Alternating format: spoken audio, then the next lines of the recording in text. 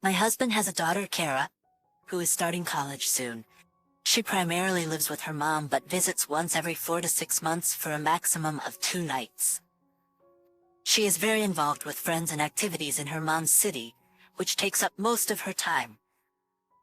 My husband and I live in a 2-bedroom condo that I inherited with my first-grade daughter. When Kara has visited, she has slept on the couch or a blow-up mattress. However, my husband has set aside my daughter's Molly closet to keep Kara's things in for when she visits. That means Molly has no closet to use. Kara will be attending college out of state, and my husband has spent the past 4 months asking Kara if she wants the stuff she left here. Kara has not answered at all. My husband has also asked his ex-wife if Kara wants to keep or have the stuff here. 4 months have passed, and there has been no response from either of them on that matter.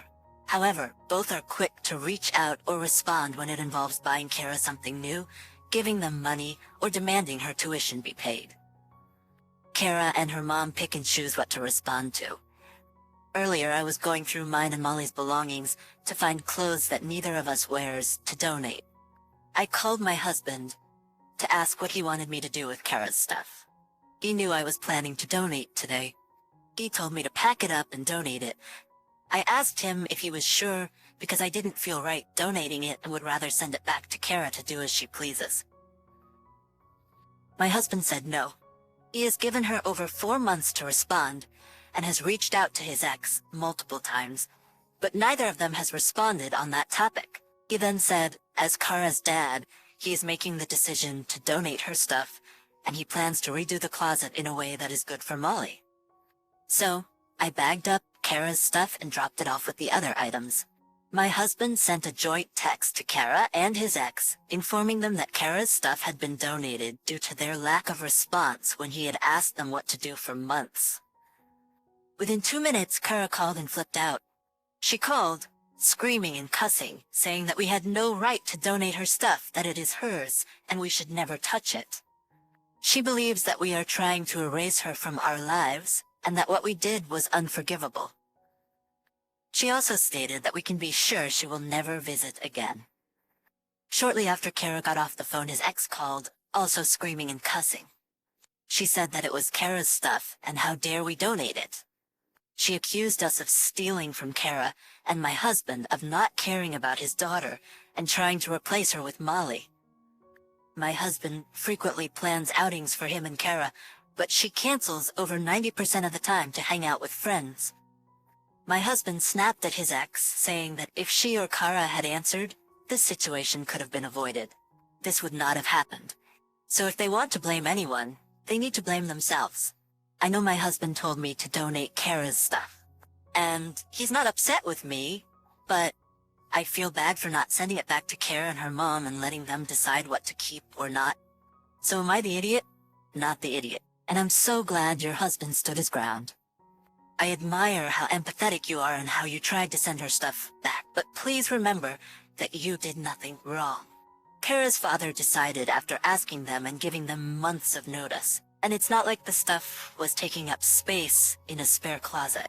It was taking up much-needed room for your daughter who lives there and uses her stuff daily. It was a power play. Kara thought by stonewalling Opie's family, she could force them to keep her stuff there, and she'd always have a presence in the house, whether Opie's family liked it or not. She couldn't be bothered to respond for 16 weeks, but responded in 2 minutes when they were donated. That shows it's all about Kara. If Kara legitimately wanted her things there, she should have said so. What kid wants to feel like the odd man out and made to sleep on the couch or blow-up mattress? Clearly, her coming around wasn't a priority to your husband either. How much stuff could even be in that closet, if she's rarely there? Why couldn't your husband just bring it to her? Does he really never see her? I think there's more here than OP is letting on. You're the idiot, OP. Has the custody arrangement always been like this? Did something happen that caused Kara to spend only 2 nights every 4 months with her dad? No, he used to see Kara every weekend. Her mom moved across the state a few years ago and pushed Kara to get involved as much as possible with her new community and make new friends. It worked, and now Kara is constantly busy with no time to visit and no patience for a several-hour drive one way. So you mean that Kara was pushed to have lots of extracurricular activities and an active social life while in high school? High school extracurriculars are heavily encouraged because they are part of what makes up a successful college application. Having good friends is also an important part of high school. I cannot comment on anything else, but her mother pushing Kara to get involved in her new community was not a malicious move. It is an important part of adolescent development. It is parental alienation. It was very much a malicious move. Kara does not care about her relationship with her father, especially if she refuses to answer simple but basic questions. She has been fed lies about being replaced, and now those lies seem justified to her. As a father of two girls, 23-year-old Olivia and a nearly adult Joyce, I can understand the frustration and hurt that comes with this situation. Joyce? To give some context, the girls don't get along that well. They both have different personalities, different everything. Besides that, Joyce has multiple health conditions that cause her to faint occasionally. Olivia thinks Joyce uses her conditions to seek attention, but I don't believe this for a second. Joyce can't make anything up, especially when she faints, whether it be at a birthday party, wedding, or any other event. Anyways, Olivia's boyfriend Kirk, who is 24 years old, recently proposed to her. Since he still lives with his parents and they do not approve of their relationship, he and Olivia asked if we could host their engagement party. My wife agreed on my behalf and started getting everything ready for the party. Of course, the extended family was invited. It was larger than I had expected. The party started and Olivia and Kirk kept sitting. Joyce was upstairs because she felt a little sick, so we let her be. But my brother insisted that she come downstairs and celebrate her sister's happy occasion. Joyce got dressed and joined us. I noticed she wasn't feeling well. I asked her several times if she was okay and she said yes. Then minutes later, she suddenly fell after getting up from her seat. We all panicked, though she didn't faint, only lost her balance for a few seconds. Olivia started mumbling something, but Kirk got up and said, "Don't mind her.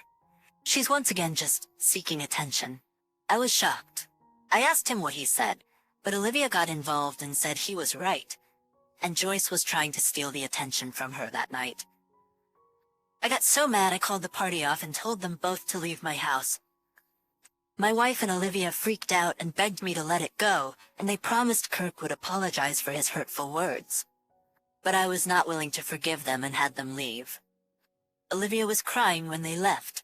My brother jumped to defend her, saying I overreacted and Kirk was just angry and misspoke.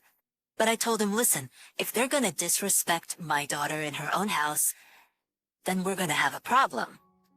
Everyone left and my wife didn't stop criticizing me for ruining our daughter's celebration and causing her to resent us. I need judgment to know if I overreacted and went too far here. Not the idiot. Who does Kirk think he is to comment on a literal child in that way? What you said was spot on. If he can't show your daughter some respect in her own house, he can leave. Keep standing up for your daughter, and this makes me wonder why Kirk's family disapproves of the relationship. It seems like Kirk and your older daughter are two peas in a pod. You are not the idiot. You let your younger daughter be pressured into attending despite her not feeling well, and your full awareness of the tension between the girls. I'm interested in why your oldest daughter thinks the younger one is seeking attention. Siblings show a side of themselves to each other that parents don't always see. Don't see. At any rate, you created the circumstances for this to happen and then overreacted. I don't know about everyone else, but this is giving me serious golden child versus scapegoat vibes. Kind of need a better idea about how these fainting spells generally flare up when the attention is on Olivia, and if this was a breaking point of past events.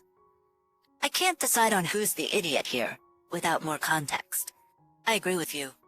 This feels a little bit off. I'm just gonna say, does the older girl have a legitimate beef? Has the younger sister been favored their entire lives? Is there a real medical situation going on here? For the older sister and her fiancé to be so upset about this situation and the uncle insisting the kid join the party makes me think Dad doesn't see the forest for the trees. Could dad possibly have blinders on? This unfortunately isn't uncommon with siblings when one is medically needy. They feel the other sibling gets all the attention, is always given a pass, etc., even when not necessarily true. The sacrifices they have to make to accommodate being in a family with a medically needy sibling is an imposition, and one they feel they don't need to make because it isn't their fault. My wife, 29 female, and I, 31 male, have been married for 5 years and have a toddler son. When my son was born, my wife and I worked full-time, and our son was in daycare after my wife's maternity leave ran out. But my wife got laid off during the start of the global issue, so we pulled our son out of daycare, and my wife became a stay-at-home mom. Our finances have taken a hit with only one income, but we make it work. Saving on childcare helps, but it doesn't fully offset my wife's previous income. My wife loves being a stay-at-home mom and the time she gets with our son. She's become part of a mom group that gets together maybe 3 to 4 times a week and has their kids play together. But it seems like our son gets hurt every time they go to these things. Up until now, it's only been bumps, bruises, and scrapes, which I know kids get those things daily. But it just seems like every time they go to these mom group things, our son comes home with a new injury. I talked to my wife about it, and she told me that it's just kids being kids, and they will get bumps and bruises. Last week, I got a call from my wife telling me our son was in the emergency room. They had gone to one of the mom's houses, and the kids played outside. The family has some of those Power Wheel type cars, and our son got hit by another kid driving one. His leg got cut up pretty good and needed stitches, and he was pretty scraped up too, but thankfully nothing worse. My wife told me it was just an accident that happened so fast, and she was really upset with herself. But after talking with my son about it, he said he was dragged for a long time after the other kid hit him and that mommy wasn't there to help him. I confronted my wife about it, and she admitted that she was inside chatting with other moms while it happened. There were other moms outside when it happened, but my wife wasn't out there. I was livid. I didn't yell at her, but I had some strong choice words for her. I told her that being a stay-at-home mom doesn't mean she can have social time with other moms instead of watching our son. I told her I wanted to put our son back in daycare, and for her to go back to work. I told her I'm not gonna bust my butt to support her mommy's social time if she's not going to at least make sure our son doesn't get run over and dragged by a runaway Power Wheel. She started crying and told me I was an idiot, and that she had already felt guilty enough about what happened. I told her she didn't feel guilty enough to tell me the truth right away, and that I felt like my trust was being questioned. I told her I wanted to start looking at daycares ASAP, and she needed to start thinking about what kind of job she wanted. She spent the last few days being extra attentive to our son, I'm sure, as a way to try to convince me not to put him into daycare. But my mind is pretty made up. Not the idiot. As much as your wife is happy as a stay-at-home mom and in her group, it's not as good for your son or finances. You want the best for your family, and I don't see anything wrong with that. I hope your son is feeling better from his stitches. Those are scary to get at a young age. It's okay if it happens once, they're kids. They'll fall and hurt themselves. It's part of life. But if it happens twice, it's not a big deal. Kids will be kids. But if it happens every time, sorry, that's BS. The past injuries weren't as dramatic, but this one could have been so much worse. Stand your ground, OP. No social time is worth it if your kid gets injured every single time. 100% they send the kids outside and then go inside and chat for hours while the kids are unsupervised, only glancing out the kitchen window. I'd be really curious if the mommy social group was also the mommy wine group. That would explain their continuous lack of care for the kids. You are the idiot. You want to take your kid away from one-on-one care because of an accident? When your wife was taking a break, but had insured an adult was monitoring your kid? Okay, that's the worst logic. Stay-at-home parents need socialization with adults because being with a toddler all day is mind-numbingly isolating.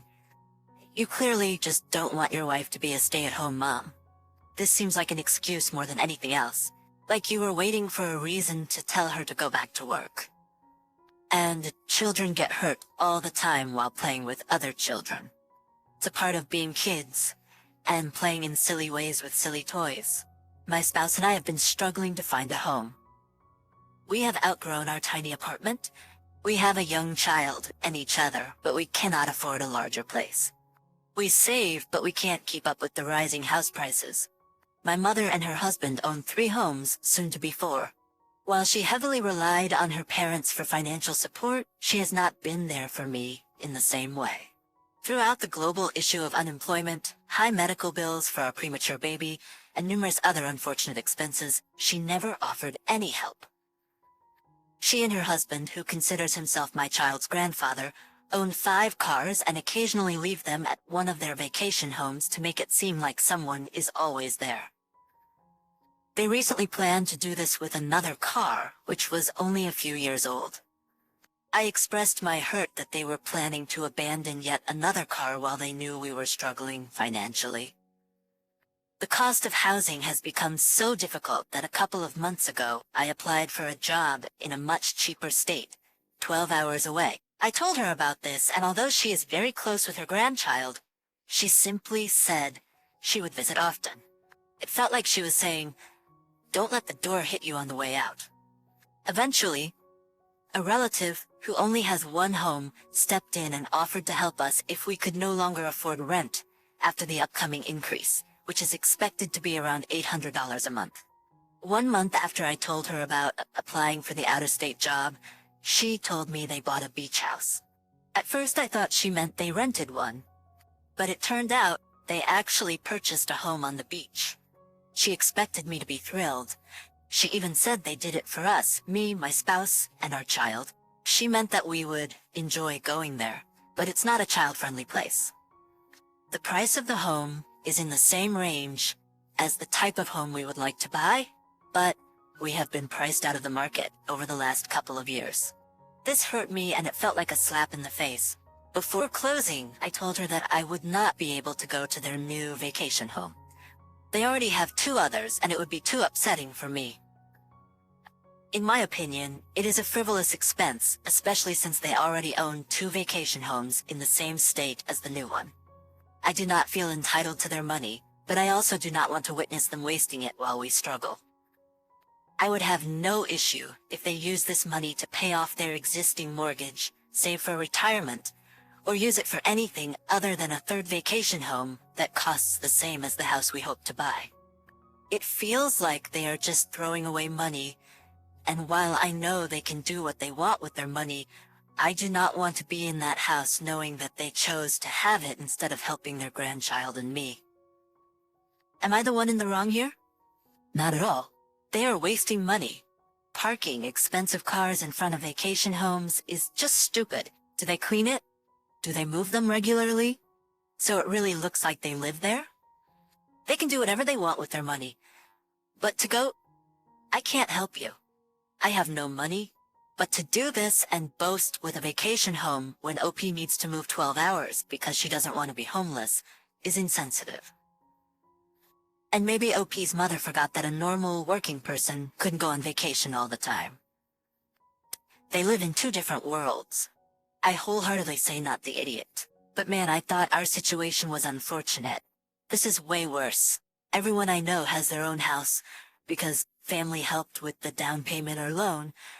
My parents couldn't do it for any of us, which I understand because they had 3 kids and didn't have a bunch of money lying around to pay for 3 down payments. On the other hand, my husband's mother wants him to be thrilled about the home she buys and flips. He once asked if she could help him get a loan, and she said she didn't want to risk not getting her next flip loan. We can afford payments, but with the nature of our work, we can't get a home loan. So yeah, I don't expect money or help from people either. But when your blood relatives, knowing your kids or whatever, are in a tough spot, they 100% do not give a crap about your flip or vacation home. So spend your money how you want. I don't care. I don't have to jump up and down for you.